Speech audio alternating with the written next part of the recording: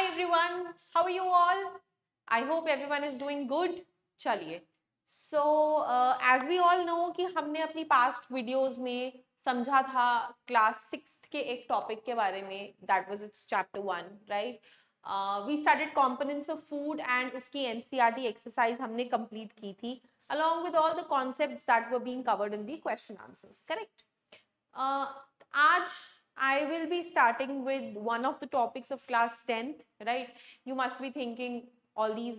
So I have just created separate playlists for different classes. So whatever class material you are required, you require to study, जो भी आपको पढ़ना है कि 7th का, 8th का, whatsoever. So I am creating a new playlist for all the classes. You can go select it and choose the topic, whatever you want to read and learn, okay? So today I will be taking up topic of class 10th. So 10th biology, life processes. What do we actually mean by life processes? That is my main question to you all.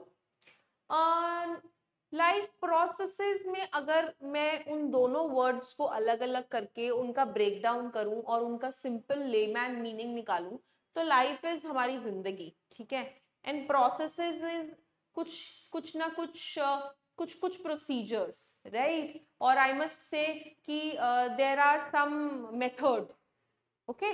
So life processes means हमारी life को चलाने के तरीके, right? जो भी हमारे life को चलाने के लिए तरीके फॉलो होते हैं वो हम इस चैप्टर में कवर करेंगे, ठीक है? Not only our life, plants life, animals life, right, the living organisms which are present on this earth, सबके बारे में हम थोड़ा कुछ इंफॉर्मेशन गैदर करेंगे, but majorly we will deal with our own selfs, okay? चलिए,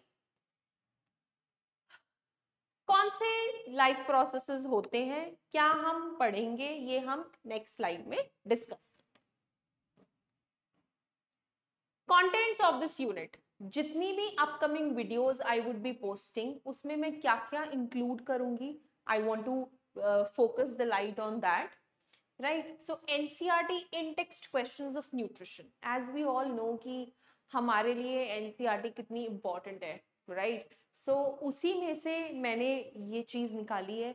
यू मस्ट हैव सीन कि there are in text questions, chapter के बीच में कुछ चेक योरसेल्फ करके दिए होते हैं, and there are small topics जो हर टॉपिक कंप्लीट होने के बाद कुछ क्वेश्चंस दिए होते हैं। So we will discuss those in text questions. Then NCERT exercise questions, back exercise में जो क्वेश्चंस हैं वो हम कवर अप करेंगे। Then NCERT exemplar questions, you must be aware about a book that is NCERT Exemplar, right, which has a little higher level of questions, so we will be taking up those questions as well, okay? Topic हमारा nutrition रहेगा for the starting, जो हम starting में हम nutrition की बात करेंगे, ठीक है? So let's start with NCERT in text question first. Before that, before I proceed with any of the question with you, I want to ask you something, that what do you mean by nutrition? क्या जानते हैं आप nutrition के बारे में? What is actually you know about it? ठीक है? So जब भी हम न्यूट्रिशन वर्ड यूज करते हैं तो हमारे दिमाग में एक चीज आती है which we call as nutrients, जो हमने अपनी जूनियर क्लासेस में पढ़ा होता है, ठीक है? Nutrients are substances which are useful for our body and helps to keep us grow, right? And these nutrients are present in our food. ये कहाँ present होते हैं? हमारे food में। तो इससे हमें एक बात तो समझ में आ रही है that nutrition has something to deal with our food, and that's absolutely correct. The process by which we intake food and derive energy from it, that process is known as nutrition. I'll repeat my words again. वो process जिसकी मदद से we intake food, हम खाना हमारी body के अंदर लेते हैं, पहली चीज। दूसरा, we derive energy from that food material, ठीक है? अब ऐसा तो नहीं है कि खाना हमारी बॉडी के अंदर गया और जाते ही उसने फटाफट अपनी एनर्जी रेडिएट करनी शुरू कर दी, ऐसा नहीं होता है। The food we take, it inside our body is usually in a complex form. Complex form का मतलब होता है a form which is not simple. Okay so उसको डाइजेस्ट करने के लिए या उससे एनर्जी निकालने के लिए हमें कॉम्प्लेक्स फूड फॉर्म को सिंपलर फूड फॉर्म में कन्वर्ट करना बहुत जरूरी है. ठीक है, so means we will convert the complex form of food into simpler form of food. ये हमारा काम रहेगा. ठीक है, so nutrition is basically taking in food, then breaking down its complex form into simpler form. Once it is broken down into simpler form, what we will do next? We will take that simpler form, get it absorbed somewhere, derive the energy out of it, और जो बाकी बचा कुचा सामान है उसको हम body से बाहर फेंक देंगे. ठीक है, so that is all included in this process of nutrition. Let's discuss these processes one by one, which I had just spoken in detail.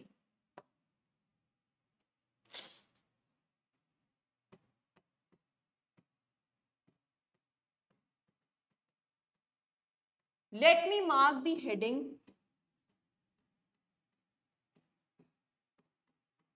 steps of nutrition.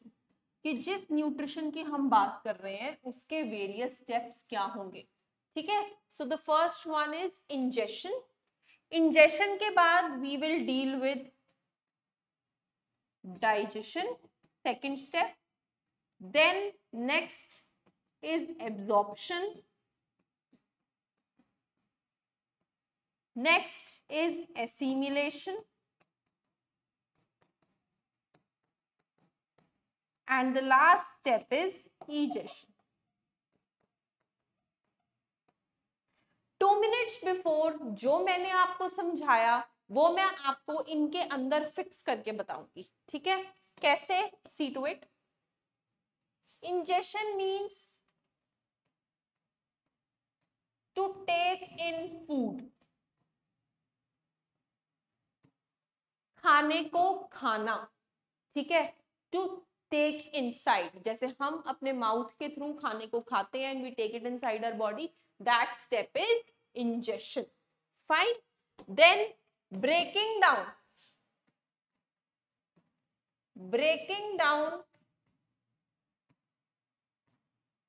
complex food form into simpler ones. जब हम complex food simpler form में convert करते हैं, that process is digestion. Next I told you कि जो भी digested food है, digested food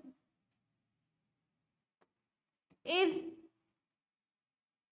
given to our blood and body cells. ये हमने 9th क्लास में पढ़ा था कि हमारी body is made up of small units known as cells. ठीक है, तो हर सेल तक वो डाइजेस्टेड फूड पहुंचे किसके थ्रू? Via blood. बिकॉज ये हमने लास्ट अपनी वीडियो में भी डिस्कस किया था that blood is the fluid which is connecting all our body, and you must have read in class 9th also. It's a fluid connective tissue. ठीक है, fluid मतलब पानी, कनेक्टिव मतलब जो कनेक्ट करे, एंड टिश्यू हमारी बॉडी का part. जब काफी सारे सेल्स मिलके जो स्ट्रक्चर बनाते हैं उसे हम टिश्यू कहते हैं. So basically blood is the connecting link between all the body cells. तो वो डाइजेस्टेड फूड हमने डाइजेस्ट कराया, उसको ब्लड के अंदर फेंका, and now blood is taking them to each of the cells. Fine. Cells के अंदर जाके क्या होगा? सेल्स के अंदर energy will be derived from digested food. जो डाइजेस्टेड फूड हमारा ब्लड डिफरेंट सेल्स को लेकर गया है, वहां पे उस डाइजेस्टेड फूड में से क्या क्या निकल जाएगा, हमारी एनर्जी। ठीक है, तो फूड खाने से एनर्जी तक निकलने में बहुत सारे स्टेप्स फॉलो करने पड़ते हैं।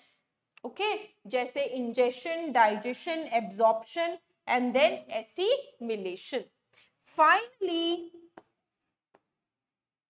वेस्ट फूड जो डाइजेस्ट नहीं हुआ, ठीक है, जो वेस्ट हो गया, that waste digested food is thrown out of the body. ठीक है, तो ये जो मैंने आपको 5 स्टेप्स बताए हैं, all these 5 steps constitute nutrition. ठीक है, न्यूट्रिशन कोई एक सिंपल चीज नहीं है, उसके अंदर ये 5 स्टेप्स होते हैं and we will study each of the step in detail while discussing the question simultaneously. Okay, चलिए अब हम नेक्स्ट स्लाइड पे प्रोसीड करते हैं। If you want to take this down, you can take this down. It will be helpful for you to understand in a very simpler form कि actually nutrition constitute क्या करता है. Okay? Moving on to the next slide. First question, which is our first in-text question. The question says, what are the differences between autotrophic and heterotrophic nutrition? तो यहाँ पर अगर आप बहुत ध्यान से एक चीज देखेंगे तो न्यूट्रिशन के 2 टाइप्स के बारे में बात करी गई है। The one is autotrophic nutrition. This is the first type of nutrition जो क्वेश्चन में हमारे बताया गया है। Then it is heterotrophic nutrition. This is the second type of nutrition जिसके बारे में बात करी गई है। Okay, so there are 2 steps of nutrition, 2 types of nutrition I must say. The one is autotrophic nutrition and the other one is heterotrophic nutrition. हमने ये समझा इससे पहले कि न्यूट्रिशन होता क्या है, उसके हमने स्टेप्स डिवाइड किए और उसे अंडरस्टैंड किया that what does actually nutrition mean and it consists of. Second मैं आपको बता रही हूँ that there are types of nutrition जो इस क्वेश्चन में मेंशन किए गए हैं। Autotrophic nutrition number 1, number 2 is heterotrophic nutrition. Before we will conclude the answer of the question, I will explain you about the types of nutrition. Okay, let's move forward. We will come back to that previous slide again. Okay, modes of nutrition. Modes of nutrition, you can say modes or we can also say types of nutrition, whatever you feel comfortable. See, the first one written here is autotrophic nutrition, as we discussed in the previous slide. Then second is the heterotrophic nutrition. Correct? Now, ऐसी क्या जरूरत पड़ी कि हमें nutrition को 2 parts में divide करना पड़ा? What was the need? Okay, तो नीड ये थी कि ऑटोट्रॉफिक न्यूट्रिशन वो न्यूट्रिशन होता है जहां खाना खुद से बनाया जाता है, where the food is made on its own. अब इसका क्या मतलब हुआ? हमने न्यूट्रिशन के स्टेप में सबसे पहला स्टेप पढ़ा था इंजेशन। इंजेशन का मतलब था कि we are taking in food. Autotrophic nutrition के केस में वो खाना हमें कहीं बाहर से नहीं लेना, वो खाना हमारी बॉडी के अंदर ही बनेगा। Okay, it will be formed inside our body only. So that is where the food is made on its own. That is the autotrophic nutrition. Whereas when we depend on other organisms for our food, that is known as heterotrophic nutrition. या अगर मैं simple language में कहूं, जब हम अपना खाना बाहर से ले, बाहर से मतलब किसी और से या कहीं और से ले रहे हैं, लाइक हम प्लांट्स, हम वेजिटेबल्स खाते हैं, right, different different vegetables, onion, potato, Shimla मिर्च, भिंडी, बहुत सारी चीजें हम लोग खाते हैं, तो वो सब कहाँ से आते हैं? It is given to us by plants, plants में वो ग्रो होते हैं, right, those crops are then sold to us, और उसको फिर हम आगे खाते हैं, ठीक है।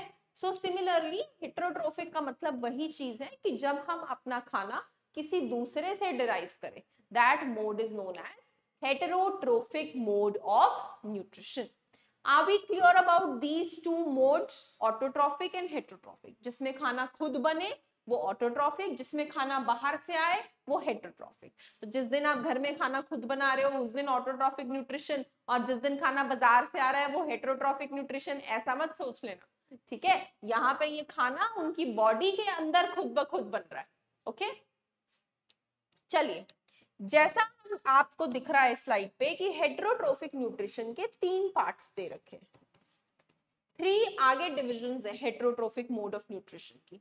अब इसकी क्या जरूरत पड़ गई? Why are we studying 3 further types of heterotrophic? Previous में साइंटिस्ट्स को क्या नीड थी इसको आगे 3 में क्लासिफाई करने की? Let's see. Saprophytic mode of nutrition वो न्यूट्रिशन है जहां पर हम खाना किससे ले रहे हैं? We are taking food from outside, but outside भी किससे? From dead and decaying matter, from dead and decaying matter, मरी हुई चीजों से जब हम खाना ऑब्टेन करें वो मोड ऑफ न्यूट्रिशन सैप्रोफिटिक या सैप्रोट्रोफिक मोड ऑफ न्यूट्रिशन है, ठीक है। हम तो नहीं, वी तो do not feed on dead animals और plants, right. Then next, parasitic. What do you mean by parasitic mode of nutrition? Parasitic mode of nutrition का मतलब ये है when the food is taken from other organism by feeding on it. अब इसका क्या मतलब है? इसका मतलब है parasitic mode of nutrition basically एक ऐसा हेटेरोट्रोफिक मोड ऑफ न्यूट्रिशन है जहां पे जो भी ऑर्गेनिज्म पैरासाइट बना हुआ है वो किसी दूसरे के ऊपर जाके चिपक जाता है और जो वो खाना अपना बना रहा है उसका खाना खुद खाने लग जाता है। सिमिलरली जैसे छोटे बच्चों के साथ होता है ना, स्कूल में अपना टिफिन लेकर गए, वो तो अपने टिफिन में तो कुछ था ही नहीं, खाली था, खुद तो उनको कुछ मिला नहीं खाने को, उन्होंने क्या किया, अपने दोस्त का टिफिन लिया, सारा खा लिया, दोस्त बेचारा भूखा रह गया। सिमिलरली बेचारे पैरासाइट्स करते हैं, ठीक है, बेचारे तो नहीं है, खैर ये दूसरों का खाना खा लेते हैं और खुद अपना स्ट्रॉन्ग बन जाते हैं, उनको भूखा छोड़ देते हैं, ठीक है। That is parasitic mode of nutrition. If I talk about holozoic, तो यार ये हम है, ठीक है, क्यों मैं बताती हूँ। होलोजोइक मोड ऑफ न्यूट्रिशन वो है when we consume whole food.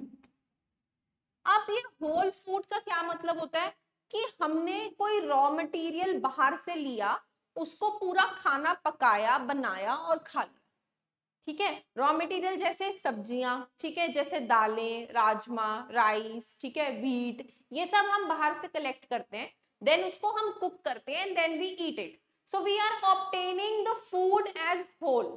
बाहर हमारे पास खाना है, हमने बस उसको बनाया और खा लिया, या बाहर से खाना लेके हमने पूरा एज इट इज उसको होल मटेरियल में खा लिया। यहाँ पे वो डेड एंड डिकेइंग मैटर से सिलेक्टेड चीजें ले रहे थे, यहाँ पर भी वो उसका बनाया हुआ खाना अपने अंदर थोड़ा थोड़ा पुल कर रहा था, और यहाँ पे हमने किसी को कुछ नुकसान नहीं किया, ना मरे हुए पे फीड किया, ना हमने किसी दूसरे का खाना मारा, हमने सिंपल बाहर से खाना लिया और खा लिया, ठीक है। So that is holozoic mode of nutrition. Now I hope you must be clear about all these types of nutrition. आपको अगर कुछ नोट डाउन करना है तो प्लीज कर लीजिए, then I will switch on to the next part. Okay, ठीक है। Now talking about back again to this question, यहां पे कुछ एग्जाम्पल्स दिए हुए हैं ऑटोट्रॉफिक न्यूट्रिशन के। Green plants and certain bacteria have autotrophic mode of nutrition. तो कौन से ऐसे ऑर्गेनिजम्स हैं जो अपना खाना खुद बनाते हैं? That is green plants and bacteria. इनको किसी की जरूरत नहीं, ये अपना फूड खुद बनाते हैं कार्बन डाइऑक्साइड, वाटर और सनलाइट की मदद से।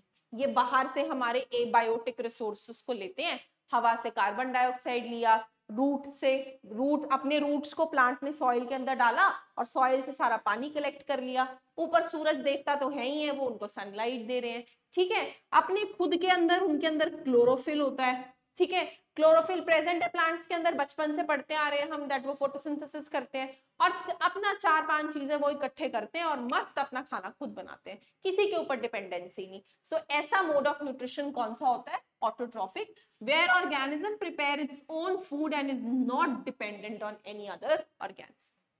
ठीक है, example green plants and certain bacteria.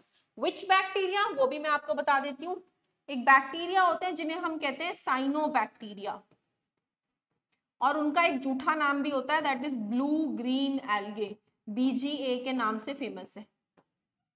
ये जो कुछ बैक्टीरियाज होते हैं ये अपना खाना खुद बनाते हैं। इनके अंदर स्पेशल पिगमेंट्स होते हैं, जैसे प्लांट के अंदर क्लोरोफिल होता है ना, वैसे इन बैक्टीरिया के अंदर अपने स्पेशल पिगमेंट्स होते हैं जिनसे ये अपना खाना खुद बना सकते हैं। बाकी कार्बन डाइऑक्साइड, वाटर, सनलाइट वो सब एज इट इज दिया, अपना इधर उधर से सामान इकट्ठा किया और अपना खाना बना लिया खुद, छुट्टी।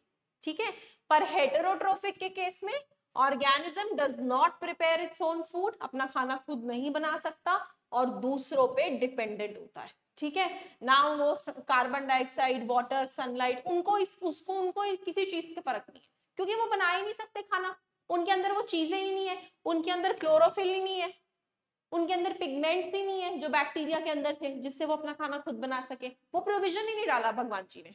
ठीक है, बट यहाँ पे आप एग्जाम्पल्स देखिए कौन कौन से हैं। All animals and fungi, most bacteria have heterotrophic mode of nutrition। सारे के सारे animals, fungus, most of the bacteria, ये सब कौन सा मोड एग्जिबिट करते हैं? Heterotrophic mode of nutrition. बच्चों एक चीज ध्यान रखना, जब भी आप पेपर में लिखकर आएंगे ये आंसर, तो फॉर्मेट आंसर राइटिंग का यही रहना चाहिए। I also teach here at my students in my offline setup, मैं वहां पर भी यही समझाती हूँ कि no matter आप जितना मर्जी कॉन्सेप्ट को ग्रास्प कर लो, अगर आपको बोर्ड में मार्क्स ग्रास्प करने हैं तो वहां पे आपको आंसर राइटिंग पे थोड़ा अच्छे से ध्यान देना होगा। So you have to write the answer in this very format only. NCERT बहुत इंपॉर्टेंट है, आप उसकी रीडिंग कीजिए, सब कीजिए, लेकिन जब तक आपको क्वेश्चन का आंसर एक करेक्ट फ्रेम में लिखना नहीं आएगा, it will not help you to fetch more marks. ठीक है, so please note it down if you want to, और you can refer to any of the sources wherever the NCERT solutions are available, right? But please do write it in a good format. That is my humble request. I just want to show you a little more about the examples. See, plants. I have taken the picture how the plants are stuck here. They have roots here embedded in the soil, from where they will take water. Here on their leaf surfaces, they absorb sunlight. They take water via stomata, right? From leaf के ऊपर क्या present होता है? Leaf के ऊपर होता है chlorophyll. Leaf के अंदर क्लोरोफिल प्रेजेंट होता है, वो उसमें हेल्प करता है फोटोसिंथेसिस में। बाहर से सनलाइट आती है। ठीक है, अब लीफ के खुद के अंदर एक स्ट्रक्चर्स होते हैं जिन्हें स्टोमेटा कहा जाता है। उस स्टोमेटा के through, this is the stomata,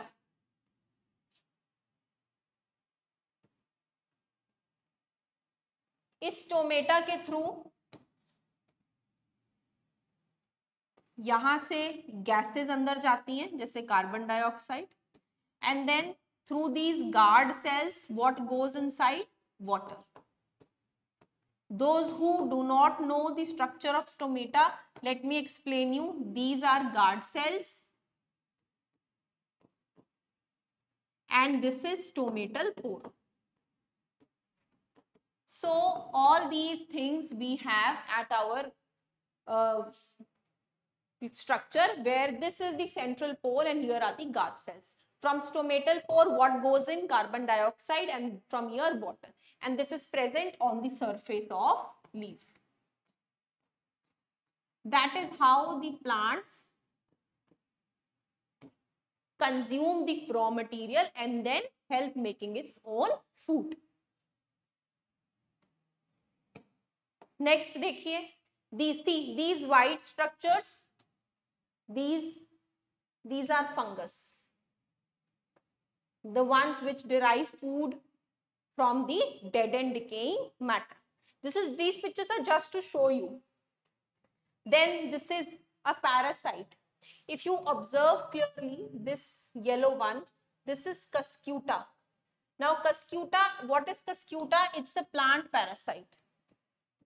ये प्लांट के अंदर, ये एक ऐसा प्लांट है जिसके पास खुद का क्लोरोफिल नहीं होता, इसके पास खुद का क्लोरोफिल नहीं होता, ये इस प्लांट को चिपक गया इस वाले प्लांट के साथ और इससे अपना सारा न्यूट्रिशन ग्रास्प कर रहा है. So that is parasite. देखिए हाउ इट इज एंटैंगल्ड.